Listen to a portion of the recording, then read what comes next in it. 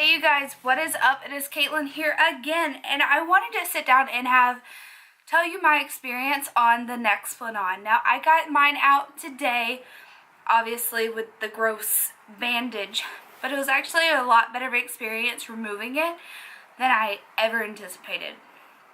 So I had my Nexplanon in for 3 years, 9 months, almost to the day.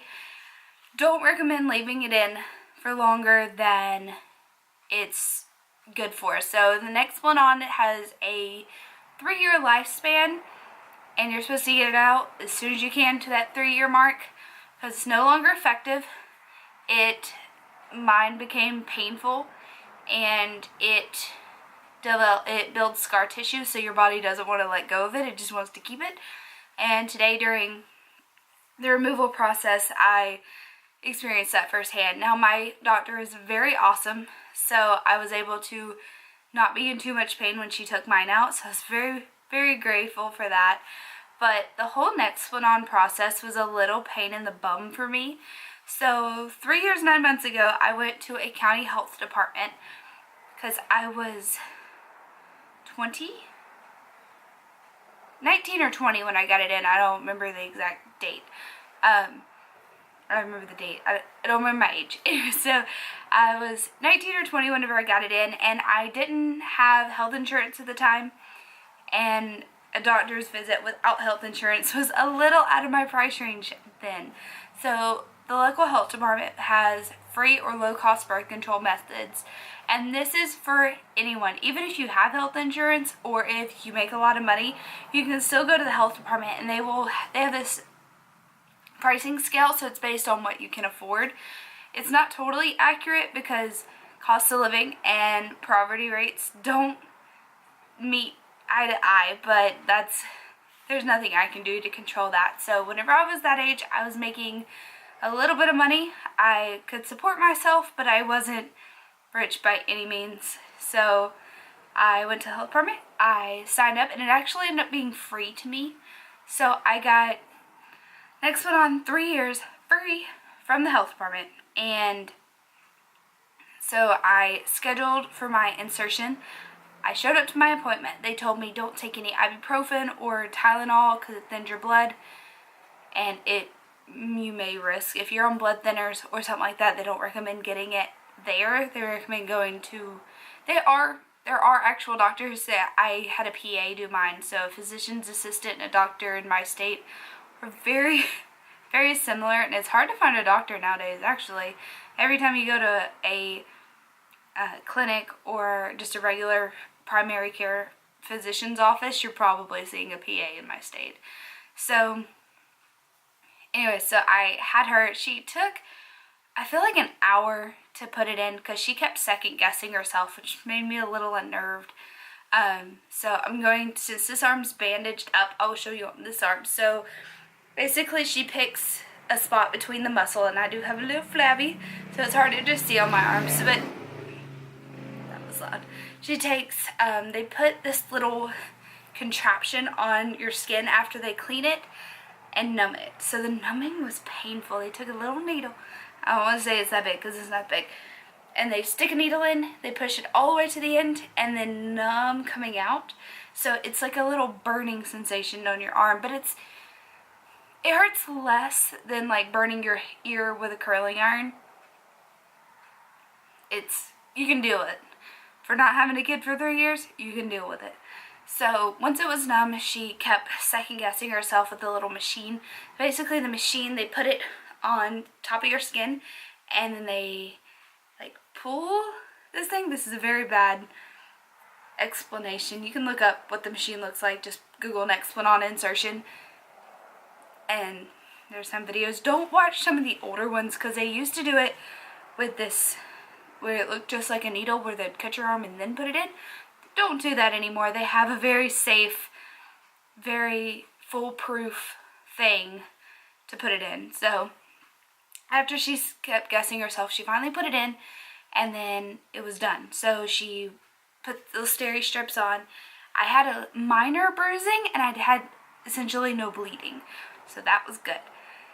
Then I had it for about for the first year, alright, disclaimer, this is going to be a little TMI, so if you're a guy watching this, or a girl, girls, you know what this is like, but any guys that are looking at this for their wives, their girlfriends, you're on YouTube at 3 o'clock in the morning and want to talk, or somehow you ended up here. It's maybe a little TMI. You may want to click away now. Completely fine if you want to click away. It won't hurt my feelings. This is a little gross.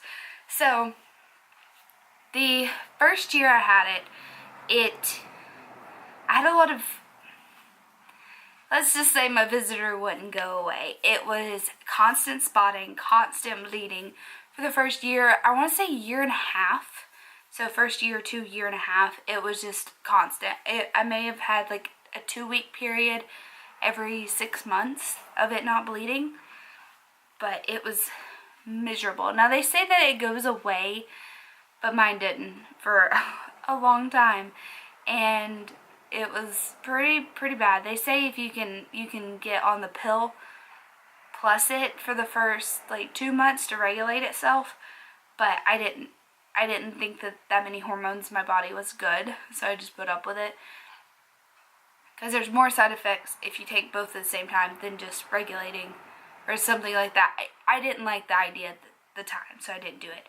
Now, fast forward to a year and a half to 2 year mark, it started fixing itself, but I'd have very irregular cycles. So I would have a 77-day cycle, and then I would have a 22-day cycle, and then it was where it was bleeding. I think it was on 2 weeks, off 2 weeks. And that was almost worse than just constant, because it would be 2 weeks and you'd be like, oh, surprise. I'm getting out of breath. I need to talk a little slower. Anyways, so the first 2 years, now around the 2.5, 3 year mark, it started regulating itself a little more. Closer to the middle of the 3 year mark, it was fine, which I thought that maybe the hormones ran out early or something, because all of my symptoms were gone. I never had, now Nexplanon, I never noticed it giving me headaches or acne. Now I've always struggled with acne, but I didn't experience anything more. Now I did gain weight on the Nexplanon, but I don't know if that was just my lifestyle at the time or if it was the Nexplanon. I can't blame it on the Nexplanon or my lifestyle or both. I can blame it on my lifestyle, but I can't blame it on the Nexplanon, because at that time I was eating fast food every day. I was exercising, but not near as much or as intensity as I do now. I would go to the gym and like walk on the treadmill for 30 minutes. And that's not really going to do anything for weight loss. But yeah, that last year was kind of okay. Like if the entire time was like that last year, I could totally deal with it. But I know I'm all over the place with this. I'm sorry. And yeah, so the last year was okay. And then once it started getting close to the expiration date, I started going to the doctor and was like, hey, I'm ready to get this out. And long story short, 9 months later, it's finally out. But if you don't have insurance, it's kind of expensive to remove. I was quoted anywhere from $100 to $800 to get it out. And seriously, all they do is they numb your arm, cut it open, and yank it out. Now, sometimes different people have different experiences, so... Oh, the dog is on the couch. Frankie, get down. Get down. You're not supposed to be up there. Yes, baby. So, everyone has different experiences. If it breaks when they remove it, or if it is broken before they try to remove it, it will be a bit more difficult. But mine, the doctor said, was perfectly in place. And it was about a perfect removal. It took less than 10 minutes in the doctor's office. So I went in, they did like my weight and asked if anything changed and checked my information. And then my dog is begging for my attention. Okay, so it took less than 10 minutes for everything. It's so pitiful. Took less than 10 minutes for the removal. Now the removal shot was not as painful as the insertion shut, and I don't know if it's the amount or she didn't go in all the way, she just numbed where she was cutting. I don't know the difference in that. Like, I feel like everyone's experience may be different on that. He looks terrified. Why do you look terrified? Huh? You want down? Okay, so everyone's experience is different on the removal. Mine was pretty great, actually, and it's been, what time is it now? It's been about 6 hours since I had it removed, and I'm not supposed to take the wrapping off for 24 hours, so no showers, unless said I could wrap it in plastic wrap and take a shower, but I took a shower right before, like, seriously, I took a shower and went to my appointment, so fine. By that, I can wait a day. But you can see the yellowing. I don't know if you can see it, but the yellow bits on both sides, that is the cleaning solution. It's not a bruise. But she said I would have some bruise, but she wrapped it pretty tight, almost uncomfortable, so the bruising would be minimal. My dog looks so pitiful. But yeah, so I would recommend Nexplanon to someone. Maybe, I hear that it's worse for people that are overweight, and I am pretty overweight. I am about 5'2" and about 200 pounds, so I'm a little bit on the chunky side. But I've heard people that are really skinny, it either has great effects or terrible effects, and then people that are larger than me, I've heard where it doesn't work, or they fall pregnant on it. But it depends on, everybody's different. Talk to your doctor. Do your research. So you may not want something implanted in your arm. You may want something planted in your uterus or in your, I think that's the only two implant spots. I haven't looked at birth control in 3 years because I've had this, and I don't have any right now because I'm trying to lose weight and I don't want any extra hormones in my body. But I do recommend it, and if you have any questions about my journey or some of the research that I've done, leave a comment in the comment section down below, and I'll be pleased to answer those for you. And if you want to like up this video, or if you hate this video, if I just rambled too much, and I'm rambling now, so if you don't like that, but anything, you can thumbs down this video and I'll know you didn't like how much I rambled. But any questions, feel free to ask them. Feel free to subscribe. I post vlogs and who knows what else I will post down the line. This channel is still pretty new, so I will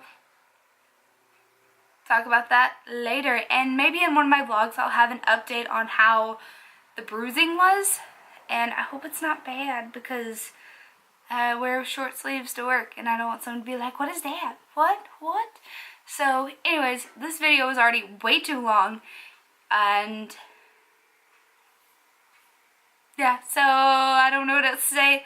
Like this video, subscribe, and leave a comment for any questions, and y'all have a wonderful day today. And if you don't forget, talk to your doctor about this. Don't just take my word on it or anybody else on the internet's word for it.